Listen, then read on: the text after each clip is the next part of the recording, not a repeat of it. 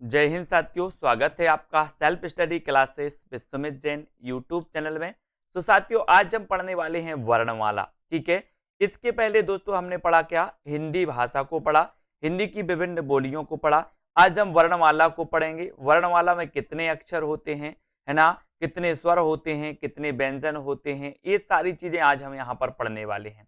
तो पूरा वीडियो आपको जरूर देखना है दोस्तों। आज हम देखें कि वर्णों के व्यवस्थित समूह को क्या कहते हैं, वर्णमाला कहते हैं। ठीक है, अब जैसे अपन अलग अलग लिख दें, आ यहां लिख दो, बा यहां लिख दो, है ना, दा लिख दो, फिर ये व्यवस्थित समूह नहीं होता, है ना। क्रमबद्ध व्यवस्थित समूह जो होता है दोस्तों, वो क्या कहलाती है, वर्णमाला कहलाती है। तो अपन पढ़ते आ रहे हैं बचपन से।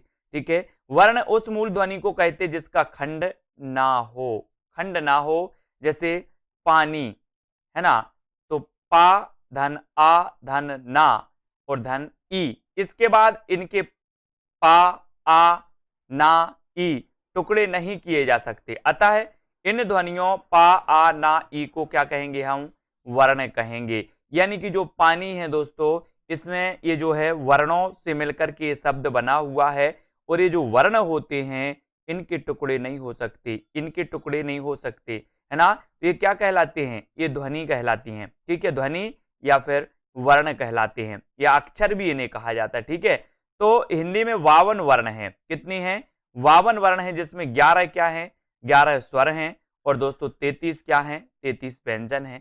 सभी को पता है 4 क्या हैं, संयुक्त व्यंजन हैं। ठीक है, 4 ऊष्म व्यंजन भी हैं, और दोस्तों 2 उत्क्षिप्त व्यंजन हैं, और अम और आहा ये क्या होते हैं दोस्तों, ये अनुस्वर होता है और ये विसर्ग होते हैं। अतः इनका विवरण इस प्रकार है। तो यहां पर अपन ने देख लिया, छोटी सी नॉर्मल सी क्वेश्चन आते हैं यहाँ पर कि वर्णमाला में कितने अक्षर होते हैं, कितने वर्ण होते हैं, आप बताओगे 52। इसमें स्वर कितने होते हैं, 11। व्यंजन कितने होते हैं, 33। ठीक है, संयुक्त व्यंजन कितने होते हैं, इसको भी आपको पता होनी चाहिए। ऊष्म व्यंजन कितने होते हैं, उत्क्षिप्त व्यंजन कितने होते हैं, अनुस्वर कौन सा होता है और विसर्ग कौन सा होता है। ठीक है, तो यहाँ पर ये आपको समझ में आ गई। अब हम दोस्तों वर्णमाला को देखेंगे कि वर्णमाला को 2 भागों में बांटा गया। एक तो आपका हो गया स्वर, ठीक है, दूसरा हो जाएगा व्यंजन। ठीक है, तो इनको आपको याद रख लेना है। यहां पर हम स्वर को देखेंगे दोस्तों, तो स्वर को भी यहां देखो, ह्रस्व, दीर्घ और संयुक्त। ठीक है, ये क्या है, स्वर कहलाते हैं। और दोस्तों प्लुत स्वर भी आते हैं इसमें, प्लुत, जिसमें ज्यादा टाइम लगता है। खैर, इतना पूछा जाता है कि निम्न में से बताइए कौन सा ह्रस्व स्वर है। तो आ, ई, उ और री, ये क्या कहलाते हैं, ह्रस्व स्वर कहलाते हैं। आपसे यहां से पूछा जाएगा दीर्घ स्वर कौन से हैं, तो आ, ई, उ, ये क्या कहलाते हैं, दीर्घ स्वर कहलाते हैं। ठीक है, इन्हीं के अंदर दोस्तों ये भी आते, ए आई ओ औ, ये भी दीर्घ स्वर के अंतर्गत आते हैं। लेकिन संयुक्त स्वर की अगर बात करें तो ये संयुक्त स्वर कहलाते, इतने ए आई ओ औ, ये क्या कहलाते हैं, संयुक्त स्वर कहलाते हैं, जो कि दोस्तों अनेक स्वरों के मेल से बनते हैं। ठीक है, मेल से, जैसे आ और ई मिलकर क्या बना रहे, ए, आ और ए मिलकर आई बना रहे। तो ये क्या कहलाती है, संयुक्त स्वर के अंतर्गत आते हैं, और इन्हें दीर्घ स्वर की श्रेणी में भी रखा जाता है। ठीक है, तो ये आपके संयुक्त स्वर हो गए, ये दीर्घ स्वर हो गए, ये ह्रस्व स्वर हो गए। फिर बात करेंगे दोस्तों हम व्यंजन की। तो व्यंजन में देखें स्पर्श व्यंजन। स्पर्श व्यंजन ये वो अपने देखा होगा, वर्ण के जो 25 अक्षर होते, वर्ग के 25 अक्षर होते हैं, का से लेकर के मा तक, कचट तप, का चा टा ता, ये जो वर्ग होते हैं, का वर्ग, चा वर्ग, टा वर्ग, ता वर्ग, था वर्ग, पा वर्ग, है ना। तो ये जो 5-5 जो वर्ण होते हैं, और कुल मिला के कितने हो जाते हैं, 25 हो जाते हैं। तो ये क्या कहलाते हैं, स्पर्श व्यंजन कहलाते हैं। अंतस्थ व्यंजन की अगर बात करें तो या, रा, ला और वा, ये क्या कहलाती है, अंतस्थ व्यंजन। अब आपसे सीधा पूछा जाएगा निम्न में से बताइए कौन सा अंतस्थ व्यंजन है या फिर अंतस्थ व्यंजन नहीं है। तो या, रा, ला, वा, ये अंतस्थ व्यंजन कहलाते हैं। ऊष्म व्यंजन की बात करें तो सा, सा और हा, ये क्या कहलाते हैं दोस्तों, ये ऊष्म व्यंजन कहलाते हैं। ठीक है, तो आपने देख लिया कि ये अंतस्थ व्यंजन, ऊष्म व्यंजन और ये स्पर्श व्यंजन कहलाते हैं। ठीक है, अब यहां पर हम देखेंगे दोस्तों अनुस्वर, तो ये अम, विसर्ग, ये आहा, ये क्या कहलाते हैं, अनुस्वर और विसर्ग, और इनको क्या कहा जाता है, अयोगबाह, ये अयोगबाह कहा जाता है। अनुस्वर और विसर्ग को अयोगबाह कहा जाता है। ठीक है, उत्क्षिप्त व्यंजन कौन से हैं, तो इड़ा और ढा, ये क्या कहलाते हैं, उत्क्षिप्त व्यंजन कहलाते हैं। आपसे पूछा जाएगा निम्न में से बताइए कौन से उत्क्षिप्त व्यंजन है, तो रा और ढा आपको पता होनी चाहिए। ठीक है, फिर बात करें संयुक्त व्यंजन की तो छा, त्रा, ज्ञाश्रय, छत्रज्ञश्रय, छत्रज्ञश्रय ये क्या कहलाते हैं? संयुक्त व्यंजन कहलाते हैं। संयुक्त व्यंजन यानी कि दोस्तों ये अन्य वर्णों की सहायता से मिलकर के या फिर योग करके ये बनाए जाते हैं। जैसे यहाँ पर देखें आधा का और सा मिलकर के बना रहा, छा बन गया है ना, ता और रा बन के तेरा बन गया, ये जा और या बन के ज्ञा बन गया, आधा सा और रा बन के स्रा बन गया। यहां से क्वेश्चन बनता है निम्न में से बताइए कौन सा संयुक्त व्यंजन है या फिर नहीं है। ठीक है, और ये आपसे पूछा जाएगा कि छा किन वर्णों के योग से बनता है, तो आपको ऐसा पता होनी चाहिए। ये जो संयुक्त होते हैं पहला जो वर्ण होता है ए, इसमें हलंत लगा रहता है, मतलब ये आधा रहता है। ठीक है, तो ये भी आपको ध्यान रखने दो। छत्रज्ञश्रय ये क्या है? संयुक्त वर्ण है। आगत ध्वनियां कौन कौन सी हैं? आगत ध्वनियां का, खा, गा, जा, फा, ये यहाँ पर नुक्ता लगा रहता है एक, है ना, ये क्या कहलाती है? आगत ध्वनियां कहलाती हैं। आगत ध्वनियां आपको पता होनी चाहिए। ठीक है, अब देखें हिंदी के स्वर उन्हें कहते हैं जिनका उच्चारण किसी अवरोध के या बिना बाधा के होता है। इनके उच्चारण में किसी दूसरे वर्ण की सहायता नहीं ली जाती, यानी कि स्वर उसे कहते हैं जो दोस्तों स्वतंत्र रूप से उच्चारित होते हैं, वो क्या कहलाते हैं? स्वर कहलाते हैं, और दूसरे वर्णों की इनमें सहायता नहीं ली जाती है। हिंदी में स्वरों की संख्या कितनी है? 11 होती है स्वरों की संख्या। ठीक है, ह्रस्व स्वर की आ, ई, उ और री ये ह्रस्व स्वर कहलाते हैं। आपसे पूछा जाएगा कि निम्न में से बताइए कौन सा ह्रस्व स्वर है, तो आपको पता होनी चाहिए कि ये ह्रस्व स्वर कहलाते। ठीक है, तो इतनी चीजें आपको पता होनी चाहिए, यहीं से क्वेश्चन बनता है, बन जाते आराम से। एक दो बार वीडियो को देखिए। दीर्घ स्वर में आ, ई, उ और ए भी रखे जाते हैं, इनको भी दीर्घ स्वर में रख दिया जाता है। ठीक है, और ये संयुक्त स्वर ए है ना, आ और ई मिलकर ए बना रहा है, आ और ए मिलकर के दोस्तों आई बना रहा है, तो ये क्या कहलाती है? संयुक्त स्वर कहलाती है। अपन ने संयुक्त व्यंजन भी पढ़े हैं और संयुक्त स्वर भी अपन ने यहाँ पर पढ़ लिए। ठीक है, हिंदी के व्यंजन प्लुत प्लुत स्वर भी होते हैं ना, प्लुत स्वर ऐसे होते हैं, ऐसे करके वो लगा तो ओम, जिनमें ज्यादा है ना सभी से दीर्घ स्वर से भी ज्यादा समय लगता है उच्चारित होने, तो वो प्लुत स्वर कहलाते। ठीक है, तो हिंदी के व्यंजन देखो, व्यंजन उन वर्णों को कहते हैं जिनका उच्चारण स्वरों की सहायता से होता है। तो सबसे पहले हमने देखा था कि वर्णमाला को दो भागों में बांटा गया, एक तो स्वर, दूसरा व्यंजन। स्वर का देखा कि स्वर स्वतंत्र रूप से उच्चारित होते हैं, जबकि जो व्यंजन है वो स्वरों की सहायता से दोस्तों इनका उच्चारण किया जाता है। तो देखें यहाँ पर स्वर कौन कौन से होते हैं दोस्तों, है ना, जैसे अपन देखें कि जो का है, एक आधा का और ये आ मिलकर के बनता है का, है ना, तो ये का क्या बन गया? इसमें आधा का है और आ है, तो ये आ क्या है?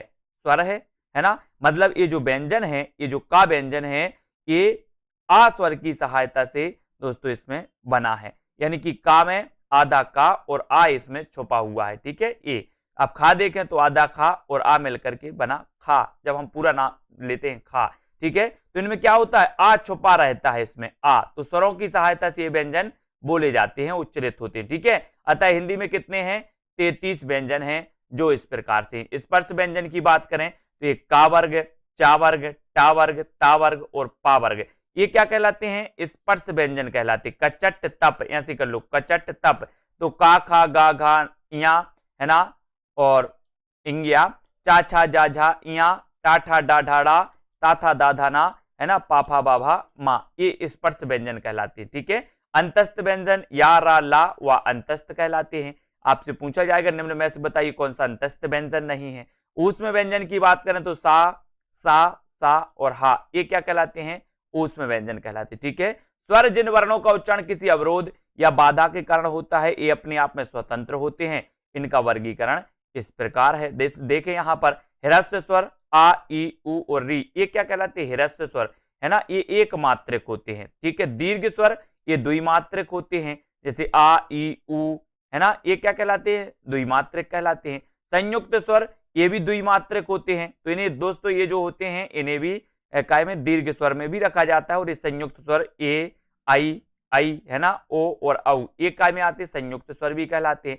प्लुत स्वर की बात करें तो इसे त्रिमात्रक कहा जाता है दोस्तों, क्योंकि इसके उच्चारण में तिगुना समय लगता है। इसके 3 का अंक लगाया जाता है, जैसे ए, जैसे ओम, ए, इस प्रकार से, तो ये क्या होते हैं? त्रिमात्रक होते हैं। कौन से? प्लुत स्वर। तो ये स्वरों के बारे में अपन ने देखा। अनुनासिक में आपने देखा है इसका उच्चारण नाक एवं मुंह से होता है, ऐसा पूछा जाता है, जैसे चांद, गांव और दांत, इसका कैसे होता है? उच्चारण नाक और मुंह दोनों से होता है। ठीक है, अनुस्वर देखो, ये अनुस्वर, ये क्या कहलाता है? अनुनासिक, अनुस्वर, ए स्वर के बाद आने वाला व्यंजन है, इसकी ध्वनि नाक से निकलती है, जैसे अंगद, कंगन, है ना, तो ये अनुस्वर कहलाते हैं, अनुस्वर और अनुनासिक। ठीक है, यहाँ निर्नानुनासिक देखो, इसके उच्चारण में ना तो बिंदी और ना तो चांद बिंदी का प्रयोग किया जाता है, वो निर्नानुनासिक कहलाते हैं, जैसे इलाहाबाद, बनारस, इधर उधर, ये क्या कहलाती है, निर्नानुनासिक कहलाते हैं। ठीक है, तो यहाँ पर अनुनासिक जिनका उच्चारण नाक और मुंह दोनों से होता है, अनुस्वर जिनका उच्चारण दोस्तों नाक से होता है ना, और निर्नानुनासिक इसके उच्चारण में ना तो बिंदी और ना तो चंद्र बिंदी का प्रयोग किया जाता है। ऐसे शब्द हैं इलाहाबाद, बनारस, इधर उधर, ये क्या कहलाती है, निर्नानुनासिक के अंतर्गत आते हैं। ठीक है,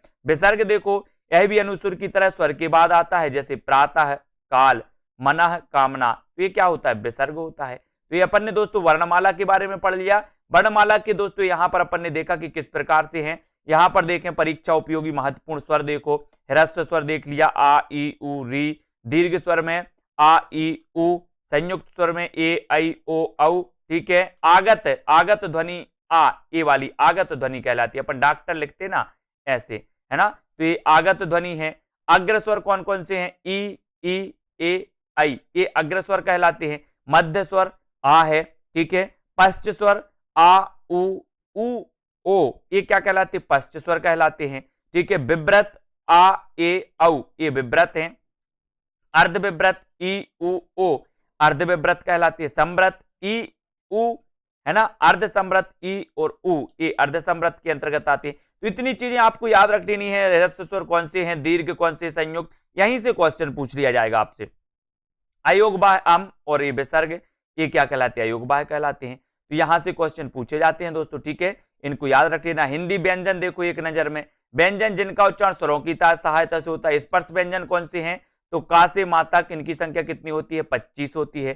ठीक है, अंतस्थ व्यंजन कौन से हैं, तो या, रा, ला, वा, इनकी संख्या कितनी होती है, 4 होती है अंतस्थ व्यंजन की।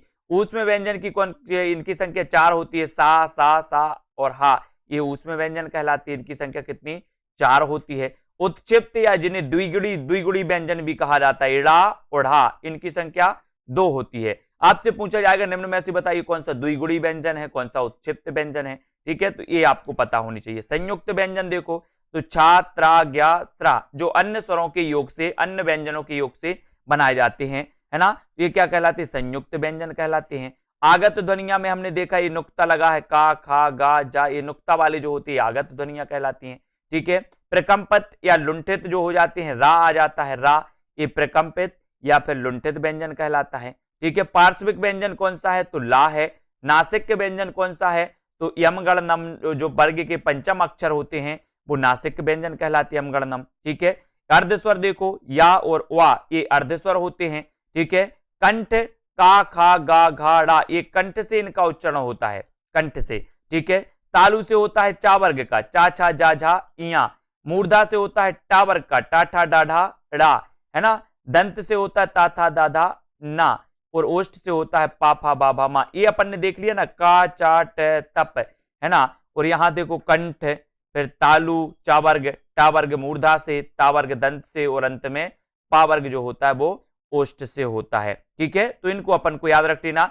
अगला देखें दोस्तों, इंगिया, ये इंगिया वाला जो होता है इसका उच्चारण स्थान क्या है, एक कंठ से उच्चरित होता है ना। इया, ये तालु से प्लस नासिका से, है ना, तो कंठ और नासिका से, नासिका तो आएगा इसमें, है ना। मूर्धा और नासिका से होता है ड़ा का, दंत और नासिका से होता है ना का, ओष्ठ और नासिका से होता है मां का। तो ये क्या है, यम गण नम यानी कि वर्ग का पंचम अक्षर है, और ये दोस्तों ये क्रमबद्ध इनका उच्चार होता है। ठीक है, इनको अपन को याद रख लेना।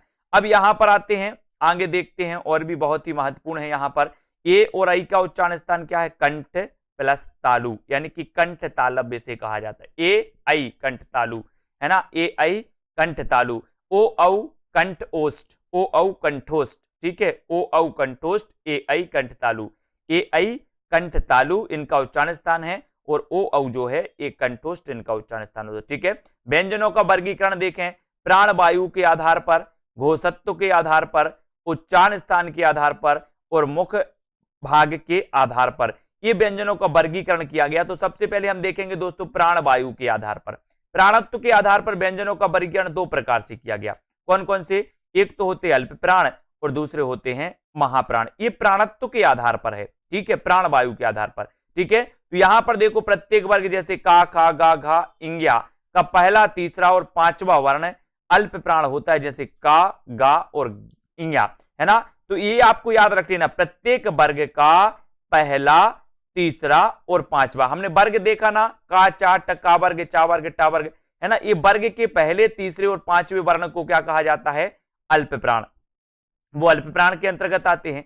महाप्राण देखो तो प्रत्येक वर्ग का दूसरा और चौथा जो वर्ण होता है वो क्या कहलाता है? महाप्राण। जैसे यहां पर का वर्ग में देखें तो ये दूसरा वर्ण है और ये क्या है? चौथा वर्ण है। तो ये काय के अंतर्गत आएगा? महाप्राण के अंतर्गत आएगा। बाकी 1, 3 और 5 ये अल्प प्राण आएंगे, है ना। तो महाप्राण और अल्प प्राण आपको समझना है कि अल्प प्राण 1, 3, 5 वर्ग के प्रथम, द्वितीय, तृतीय अक्षर अल्प प्राण और द्वितीय और चतुर्थ महाप्राण कहलाती है। इसको समझना, ठीक है ना। और दोस्तों यहां पर देखें अघोष, प्रत्येक वर्ग का खा, गा, इया का पहला और दूसरा वर्ण अघोष कहलाता है। पहला और दूसरा अघोष, ठीक है। जैसे यहां पर देखें तो का और खा ये क्या कहलाएंगे? ये कहलाएंगे आपके अघोष कहलाएंगे। तो आप समझ गए, वर्ग के 25 अक्षर में जो का, चा, टा, का वर्ग, चा वर्ग होते हैं, इन्हीं वर्ग के प्रथम और द्वितीय अक्षर जो कहलाते हैं वो क्या कहलाते हैं दोस्तों? अघोष कहलाते हैं, ठीक है। सघोष की बात करें तो सघोष में प्रत्येक वर्ग का तीसरा, चौथा और पांचवा ये सघोष या फिर घोष के अंतर्गत आते हैं। तो 1, 2 अघोष, 3, 4, 5 सघोष या फिर घोष कहा जाता है, ठीक है। तो ये घोषत्व के आधार पर भी आपको पता चल गया। तो यहां पर अपन ने अल्प प्राण, महाप्राण, अल्प प्राण मतलब 1, 3, 5, महाप्राण मतलब 2, 4, ठीक है। अघोष मतलब 1, 2 और सघोष मतलब 3, 4, 5, ठीक है। अल्प प्राण तथा महाप्राण में आने वाले व्यंजन देखो प्राणत्व के आधार पर। अल्प प्राण दोस्तों इसको आपको याद रख लेना है, सूत्र है 135 और इसका है 24, ऐसे याद कर लेना 135, है ना, और प्लस अंतस्थ 20 में आते हैं। तो 135 मतलब क्या है? वर्ग का प्रथम, तृतीय और पंचम। तो ये क्या हो जाएगा? का, गा और ये इया, चा, जा, इया।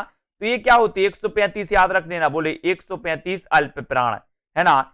और 24 ऊस में, तो 24 में मतलब 2 और 4 तो दूसरा और चतुर्थ अक्षर हो जाएंगे। प्लस में इसमें ऊस में व्यंजन भी आते हैं, सा, सा, हा, ये भी दोस्तों इसमें काय में आते हैं? महाप्राण में आते हैं और ये अल्प प्राण में आ जाते हैं। तो अल्प प्राण 135 याद रख लेना, महाप्राण 24 याद रख लेना। मतलब 24 मतलब 2 और 4, वर्ग के 2 दूसरा अक्षर और चतुर्थ अक्षर और वर्ग के 1 पहला अक्षर, तृतीय और पंचम अक्षर, इसलिए ये सूत्र दिया गया है 1, 3, 5 और 2, 4, ठीक है। इस प्रकार से बात करें अघोष तथा सोग, घोष, सघोष में आने वाले व्यंजन कौन कौन से हैं? अघोष में देखें तो 1, 2 यानी कि 12, ठीक है ऐसे। और घोष या सघोष में 3, 4, 5, 3, 4, 5। तो ये तो आपको पता चल गए, ठीक है। ये अघोष कौन से होते हैं? वर्ग के प्रथम और द्वितीय। और घोष और सघोष, घोष या जिसे सघोष भी कहा जाता है, वो होते हैं वर्ग के 3, 4, 5 अक्षर, ठीक है। आपसे पूछा जाता है कि निम्न में से बताइए कौन सा सघोष व्यंजन है, कौन सा अघोष व्यंजन है ना। तो अघोष आपको पता चल गया कि वर्ग के प्रथम और द्वितीय अघोष और वर्ग के 3, 4, 5 जो होते हैं वो क्या कहलाते हैं? सघोष कहलाते हैं, ठीक है। तो इतनी चीजें आपको याद हो गई होंगी दोस्तों। अब यहां पर हम देखेंगे बहुत सारी चीजें हैं, है ना। ये तो अपने दोस्तों का एक क्या था? ये वर्णमाला था और वर्णमाला से संबंधित घोषत्व के आधार पर अघोष, सघोष जो पूछे जाते हैं उनको हमने आज के इस वीडियो में पढ़ लिया दोस्तों। अब अगले जो वीडियो है उसमें हम ब्राह्म चिन्ह के बारे में भी पढ़ेंगे, ब्राह्म चिन्ह को देखेंगे, ब्राह्म चिन्ह क्या होती है, महत्वपूर्ण ब्राह्म चिन्ह दिए गए हैं, इनके बारे में पढ़ेंगे। फिर अपन करेंगे क्या? अभ्यास, ठीक है। तो आज के इस वीडियो के लिए बस इतना ही। जय हिंद।